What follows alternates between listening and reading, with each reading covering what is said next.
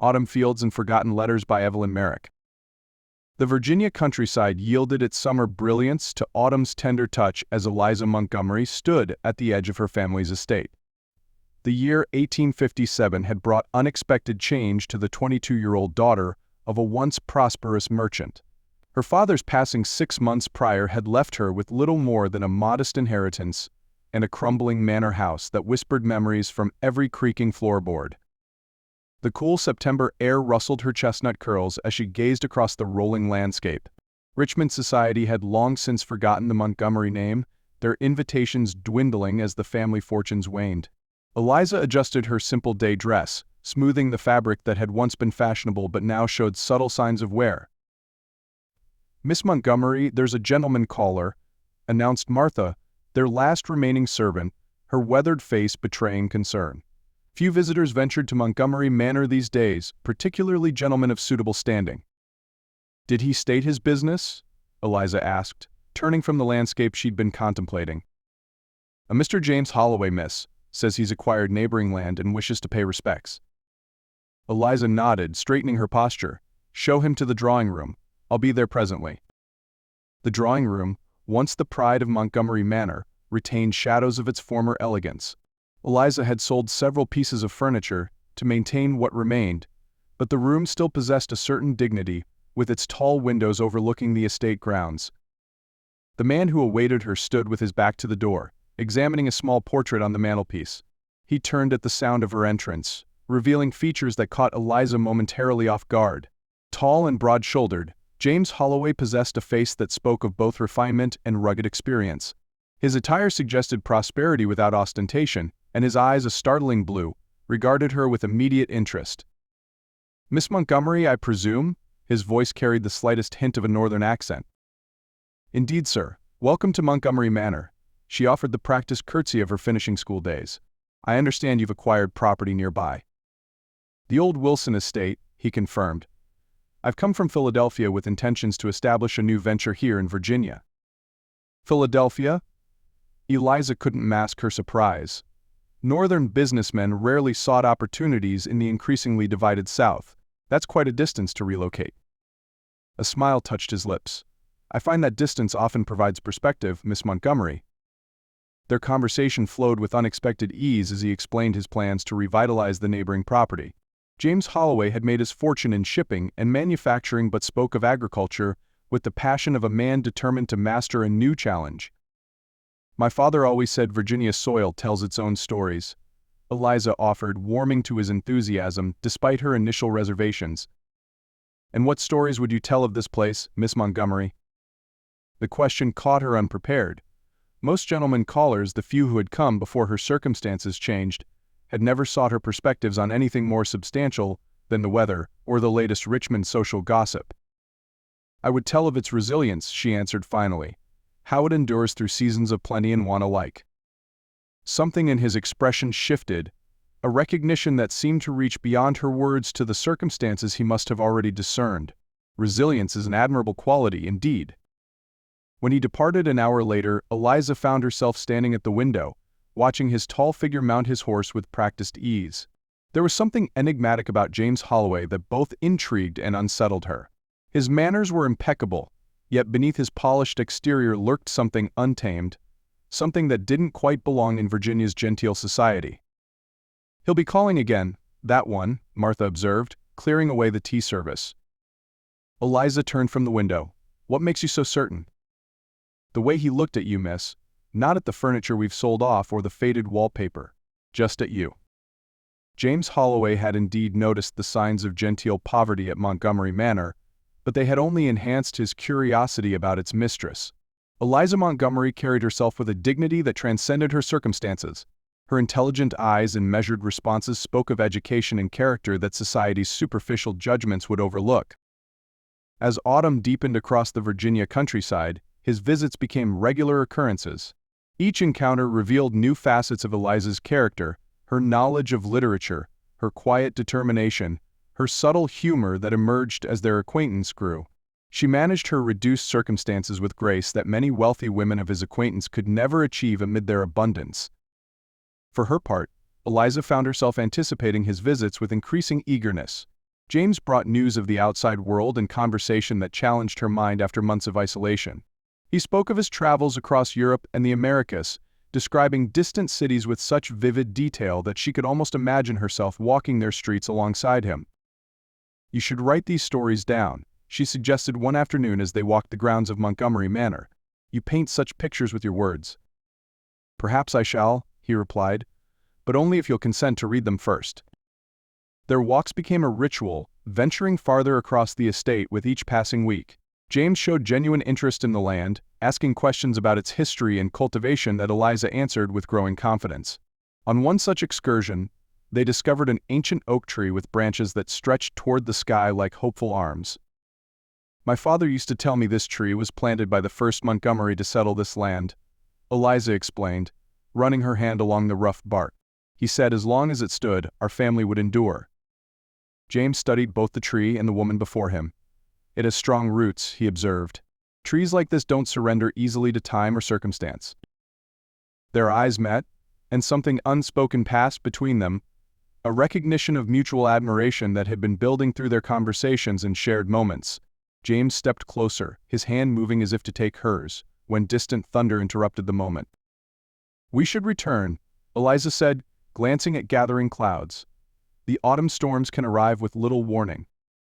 They hurried back toward the house as raindrops began to fall, arriving at the portico just as the sky opened in earnest. Laughing and breathless, they watched the downpour from the shelter of the veranda.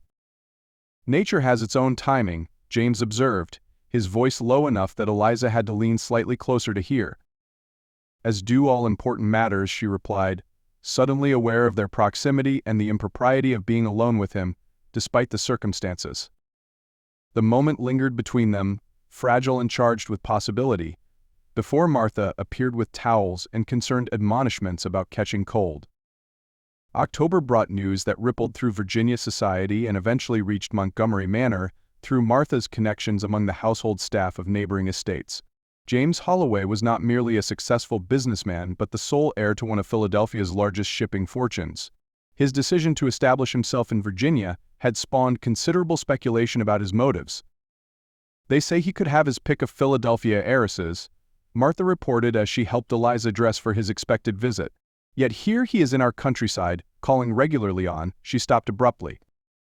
"On a nearly destitute merchant's daughter," Eliza finished for her, meeting her maid's eyes in the mirror.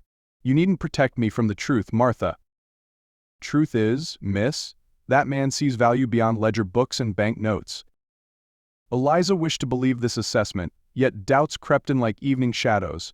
Her experiences had taught her that society operated according to calculations of advantage. What could James Holloway, with all his prospects and possibilities, seek from their association? When he arrived that afternoon, something in his manner had changed. A new formality had entered his bearing, and he requested a private conversation with an earnestness that sent Eliza's thoughts racing down concerning paths.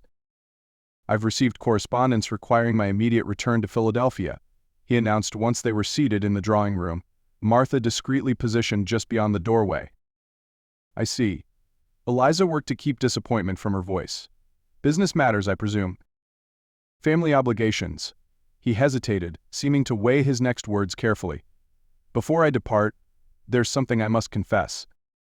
Her stomach tightened. Here would come the polite withdrawal, the gentle severing of their connection now that he had satisfied his curiosity about rural Virginia life. "My initial reason for calling at Montgomery Manor was not merely neighborly courtesy," he continued. "Your father and mine conducted business together many years ago." This revelation was entirely unexpected. My father never mentioned any Philadelphia connections. "Their association ended badly, I'm afraid." James reached into his coat and withdrew an envelope yellowed with age. "My father believed yours had deceived him in a significant transaction. He harbored that resentment for years." Eliza sat straighter, her chin lifting slightly. "My father was an honorable man, Mr. Holloway." "I believe he was," James replied, surprising her again, "which is why I began investigating the matter after my father's passing last year. I discovered these letters." He placed the envelope on the small table between them. "Correspondence that had been concealed from my father by his former business partner, who had his own reasons for wanting the relationship between our families severed." With unsteady fingers, Eliza opened the envelope and examined its contents. The letters, written in her father's familiar hand, detailed explanations and apologies for a misunderstanding that had apparently cost both men dearly. According to the dates, they had been written shortly after her 10th birthday, a time she remembered for her father's uncharacteristic melancholy. "He never knew these weren't delivered," she murmured, emotion threatening her composure. "No, and my father went to his grave believing himself betrayed by a man who had actually tried to make amends." James leaned forward. "I came to Virginia initially to assess the situation for myself, to determine if restoration was possible." Eliza carefully returned the letters to their envelope. "Restoration?" "The transaction in question involved significant funds. Funds that, had events unfolded differently, would have remained with your family." His eyes held hers steadily. "I've come to believe that my family owes yours a considerable debt." Understanding dawned slowly. "You came here because of an obligation." "I came here because of an obligation," he acknowledged. "But I've stayed, and continued to visit, for entirely different reasons." The air between them seemed to still as James rose from his chair and moved to kneel before her, taking her hand in his. The gesture was so unexpected that Eliza found herself momentarily speechless. "I've stayed because in you, Eliza Montgomery, I've found qualities I've searched for all my life. Intelligence without pretension. Dignity in the face of adversity. Kindness that expects no reward." His thumb traced gentle circles on the back of her hand. "I've stayed because each moment in your company makes me wish for countless more." "Mr. Holloway," she began. "James," he corrected softly. "After all we've shared these past weeks, surely we've earned the right to speak plainly to one another." "James," she amended, the name feeling intimate on her lips, "your revelation changes everything. How can I know your interest isn't born from guilt or obligation?" "A fair question." He didn't release her hand. "I could offer arguments or declarations, but perhaps time will prove more convincing than words. I must return to Philadelphia to settle my affairs, but I ask permission to write to you in my absence and to call upon you when I return." "To what end?" Eliza asked, needing clarity despite the hope blooming within her. His smile was both tender and determined. "To the end of discovering if what has begun between us might grow into something neither of us anticipated finding in these Virginia fields." Winter descended upon Montgomery Manor with bitter winds and occasional snow that transformed the landscape into a crystalline wonderland. Inside, Eliza moved through the rooms with renewed purpose, reading James's letters by the fire each evening, as they arrived with remarkable regularity. His correspondence revealed dimensions of his character that their conversations had only hinted at: his sense of justice, his relationship with his formidable grandmother, who had raised him after his mother's death, his vision for combining northern industry with southern agricultural tradition in ways that might bridge the growing divide between the regions. "He writes that he's concluded his business in Philadelphia earlier than expected," Eliza told Martha one January morning, trying to contain her excitement. "He intends to return within the fortnight." Martha smiled knowingly as she stoked the fire. "Best we ensure the house is presentable, then." For 3 days, they worked to restore what luster they could to Montgomery Manor, polishing silver that hadn't been used in months and arranging dried winter flowers from the greenhouse. On the 4th day, a messenger arrived with an unexpected package. Inside lay a first edition of Elizabeth Barrett Browning's poems, a treasure Eliza had mentioned admiring during one of their literary discussions. The accompanying note read simply, "For the library we shall build together. Arriving tomorrow. Yours, James." The meaning was unmistakable, yet Eliza found herself torn between elation and uncertainty. Their connection had evolved through letters into something profound, but society would question a match between a wealthy northern heir and a southern lady of diminished circumstances. What future could they realistically forge amid the growing tensions between their regions? When James's carriage finally appeared on the snow-dusted drive the following afternoon, Eliza watched from the upstairs window, her emotions in tumult. He descended from the vehicle with the same athletic grace she remembered, pausing to look up at the manor's worn siding as if reacquainting himself with its features. Their reunion in the drawing-room crackled with unspoken sentiment. James appeared both familiar and somehow changed, his expression more resolved than she remembered.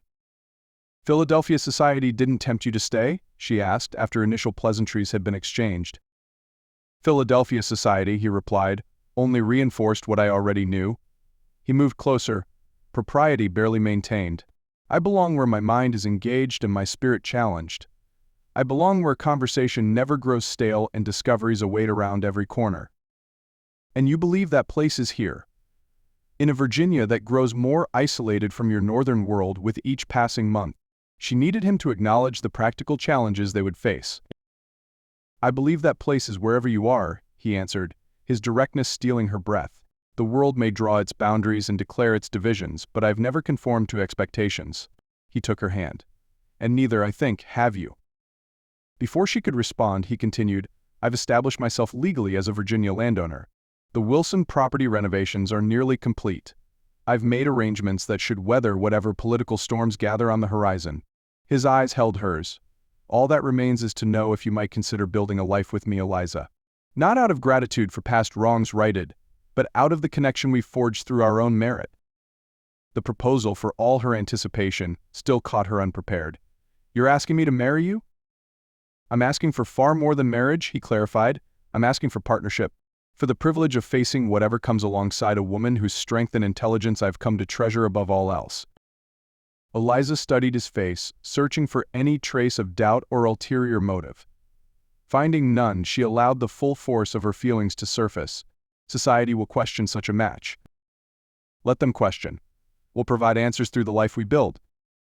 The divisions between North and South grow deeper each day. Then we shall be a bridge, however modest. Montgomery Manor has been my home since birth, and can remain so, though perhaps with some improvements. His smile was gentle. The Wilson property offers certain advantages, but home is where we decide to make it. Each objection she raised was met with thoughtful consideration rather than dismissal. James had clearly contemplated their future from all angles, respecting her attachment to her heritage while offering new possibilities. You've given this considerable thought, she observed, emotion making her voice unsteady. I've thought of little else since leaving Virginia. He touched her cheek with reverent fingers. Tell me I haven't been alone in this contemplation. The vulnerability in his expression undid her final reservations. You haven't, she whispered. Each letter only confirmed what I began to feel during our walks and conversations. His arms encircled her with restraint that spoke of respect, yet his kiss conveyed passion that required no elaborate declarations. When they parted, Eliza felt transformed, not by his proposal or prospects, but by the realization that genuine connection had found her when she least expected it. Spring blossoms adorned the grounds of Montgomery Manor on the day Eliza Montgomery became Mrs. James Holloway. The ceremony, attended by a curious mixture of local Virginia families and James's northern relations, took place beneath the ancient oak tree that had witnessed generations of Montgomery history. The renovated Wilson property, visible across adjoining fields, stood ready for its new purpose as the headquarters of their joint venture, an agricultural innovation center combining northern industrial techniques with southern farming wisdom. Already, neighboring landowners had shown interest in their methods for improving yield while reducing labor costs, an approach that some whispered might offer a middle path between the region's competing economic systems. As the celebration continued on the manor grounds, Eliza and James slipped away to the small hilltop where they had first truly connected during their autumn walks. Are you satisfied with your choice, Mrs. Holloway? James asked, his hand warm against the small of her back as they gazed across the land that represented both heritage and possibility. More than satisfied, she replied, though I shall always be Eliza Montgomery in part. That young woman who stood alone watching her prospects diminish taught me resilience I never want to forget. She won my admiration before she won my heart, James acknowledged, and she shall continue to do so as we face whatever challenges lie ahead. Those challenges would indeed come. The years that followed brought increasing tension between North and South, forcing the couple to navigate carefully to protect their growing enterprise and the community that depended on it. Their home became an unlikely neutral ground where moderates from both regions could speak freely, searching for compromise that the broader political landscape increasingly rejected. Through it all, their partnership only deepened. Eliza's practical knowledge of Virginia agriculture complemented James's industrial innovations. Their different perspectives, she with her southern upbringing, he with his northern pragmatism, created solutions neither could have developed alone. When war finally erupted in 1861, they faced their greatest test. James's northern connections viewed him with suspicion for his southern ties, While Virginia society questioned Eliza's loyalty for marrying a Northerner, they transformed the Wilson property into a hospital that treated wounded soldiers from both armies, walking a nearly impossible line of neutrality as the country tore itself apart. "We built this together," James reminded her one night as they watched Confederate troops march past their gates. "No conflict can take that from us unless we allow it." "I never imagined our bridge would need to span such a chasm," Eliza replied, leaning into his embrace. "The wider the divide, the more essential the crossing." The Montgomery Holloway properties survived the war, though not without sacrifice. Their careful management and reputation for fair dealing protected them from the worst destruction. When peace finally came, they were positioned to help lead reconstruction efforts in their corner of Virginia. By 1867, a decade after their first meeting, 3 children filled their home with laughter: William Montgomery Holloway, named for Eliza's father; Catherine Holloway, bearing James's grandmother's name; and young Robert, whose arrival had come as a joyful surprise after the war's end. On the 10th anniversary of the autumn day, when James had first called at Montgomery Manor, the couple walked once more to the ancient oak. Eliza carried a wooden box containing the yellowed letters that had initially brought them together, along with a decade of correspondence they had exchanged during various separations. "For the children," she explained as they buried the box among the tree's roots, "so they'll understand that bridges aren't built in a day, but stone by careful stone." James sealed the small excavation and stood, drawing his wife into his arms.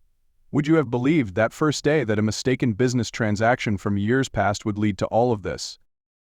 Eliza looked back toward their home, where their children played under Martha's watchful eye, then to the thriving agricultural center they had established, and finally to the man whose unexpected arrival had transformed her world. "I believe that life writes stories more complex and beautiful than we can imagine for ourselves," she answered, "and I believe that Autumn Fields and Forgotten Letters were merely the opening chapters of ours." As the Virginia sunset painted the landscape in amber and gold, James's lips found hers in a kiss that carried the wisdom of their shared decade, a gesture that acknowledged the journey behind them while promising adventures still to come. In that moment, beneath branches that had witnessed generations of Montgomery history, they renewed a connection that had bridged more than the distance between North and South. It had bridged 2 souls who found in each other the resilience, courage, and vision to transform loss into possibility, and possibility into a life neither could have imagined standing alone. "The best stories," James whispered against her temple, "never truly end." Eliza smiled, linking her fingers with his as they turned toward home. "They merely discover new beginnings." And so they had a merchant's daughter and a shipping heir whose unlikely union had weathered personal doubt, societal skepticism, and national conflict to emerge stronger at each crossing. Their love story, begun amid autumn fields and forgotten letters, continued to unfold across seasons and years, written not in grand gestures but in the quiet strength of daily choice and enduring commitment. For Eliza and James, romance wasn't found in perfect circumstances but in the perfect recognition of 2 souls determined to face life's complexities together, building bridges where others saw only divides. As twilight settled over Montgomery Manor and its inhabitants, the legacy they had begun to establish took root, like the ancient oak that symbolized their union, destined to grow stronger with each passing year, nourished by the truth that love's greatest power lies not in dramatic declarations but in the steady courage to choose each other through the changing seasons again and again and again.